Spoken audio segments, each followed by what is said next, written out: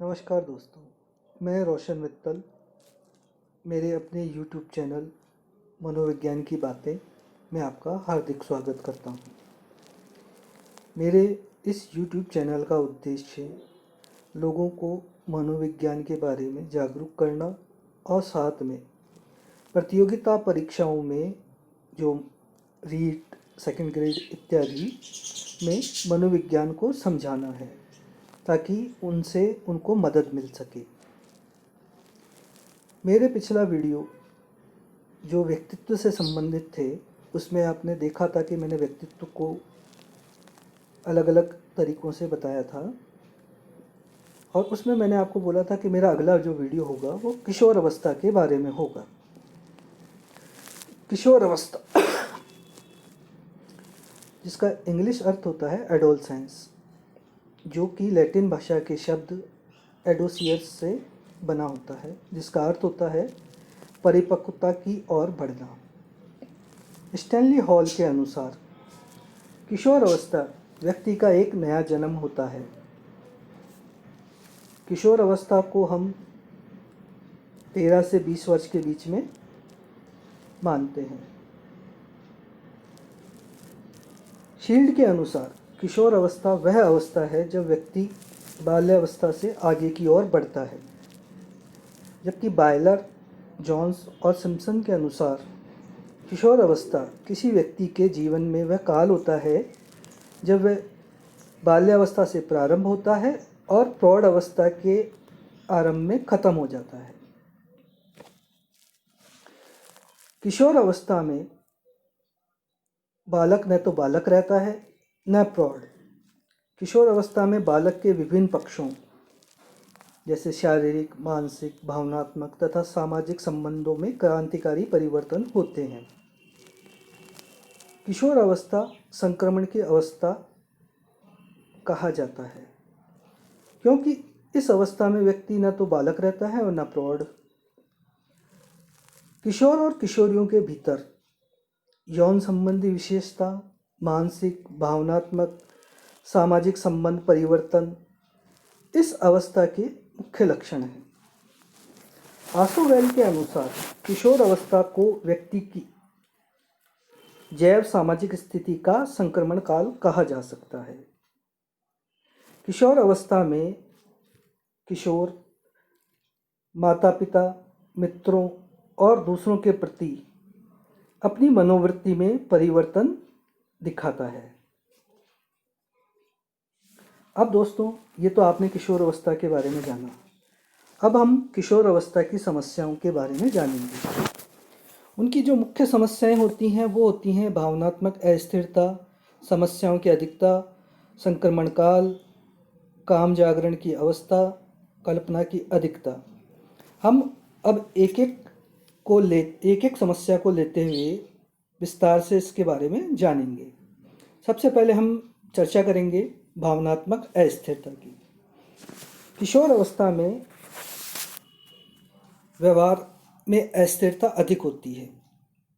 किशोर अत्यधिक उत्साह, गंभीर निराशा जल्द दिखाता है। किशोर आशावादी व्यवहार करने के बाद निराशापूर्ण बातें करना जैसे व्यवहार भी दिखाता है। किशोर अवस्था में कल्पना और दिवा स्वप्न में रहना, परंतु जब वास्तविकता से सामना होता है तो निराशा का सामना करता है। जब उसके ख्वाब पूरे नहीं होते तो वे पलायनवादी हो जाते हैं। अब हम दूसरी समस्या के बारे में जानेंगे। किशोर अवस्था एक ऐसी अवस्था होती है जिसमें किशोर और किशोरियों में समस्याओं की अधिकता होती है। किशोर अवस्था में अनगिनत समस्याएं होती हैं। किशोर की समस्याएं ज़्यादा कठिन और गंभीर होती हैं।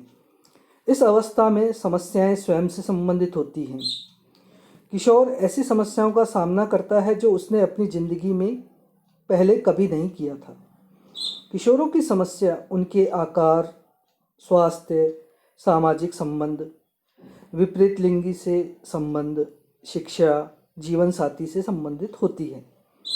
इस अवस्था में किशोर की इच्छाओं और समाज की अपेक्षा में संघर्ष चलता रहता है। कहने का तात्पर्य यह है कि किशोर न तो अपने माता पिता के कहने में होते हैं, न वह शिक्षकों की बात मानते हैं। वे सिर्फ अपनी ही दुनिया में रहते हैं। शारीरिक विकास प्रौढ़ के अनुसार होने के कारण जब वह उसी अनुसार अपेक्षा की जाती है तो वो किशोर खिन्न व उदास हो जाता है और उत्तेजना में आकर नियमों को मानने से इनकार कर देता है या तोड़ देता है। यह समस्या तब कम होती है जब किशोर अपने माता पिता या शिक्षक से बात करने में आज़ादी महसूस करता है। उसे लगता है कि उसकी बात सुनी जा रही है, ना कि उस पर बात थोपी जा रही है।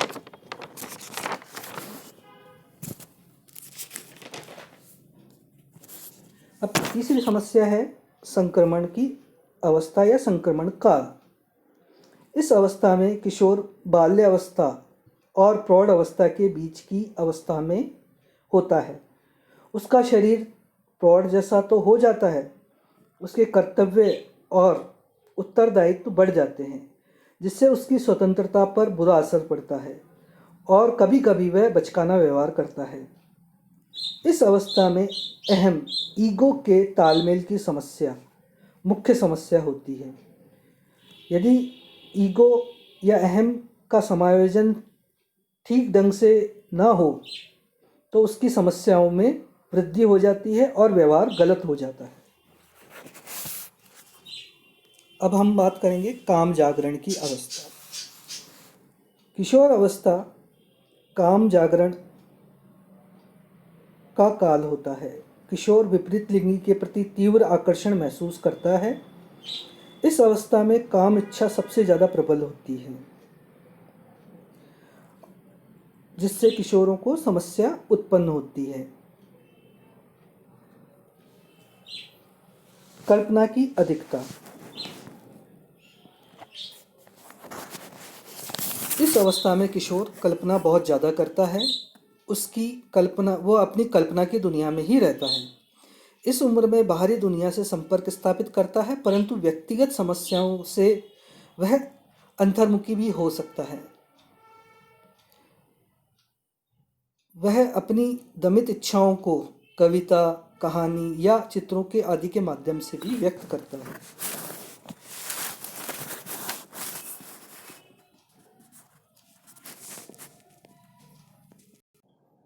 किशोर अवस्था में स्फूर्ति और जोश का संगम होता है। वो कठिन से कठिन काम करना चाहता है। यदि वे इस कार्य में सफल नहीं हो पाते तो उनमें निराशा और कुंठा का भाव उत्पन्न हो जाता है।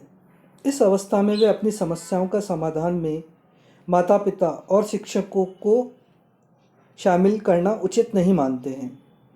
वे स्वयं समस्या का समाधान चाहते हैं। विपरीत लिंगी के प्रति आकर्षित होने एवं उनके साथ समायोजन न होने पर दुखी व निराश हो जाते हैं। किशोर अवस्था में तीव्र गति से शारीरिक परिवर्तन होते हैं, जिससे उनके व्यवहार और आदतों में परिवर्तन होता है।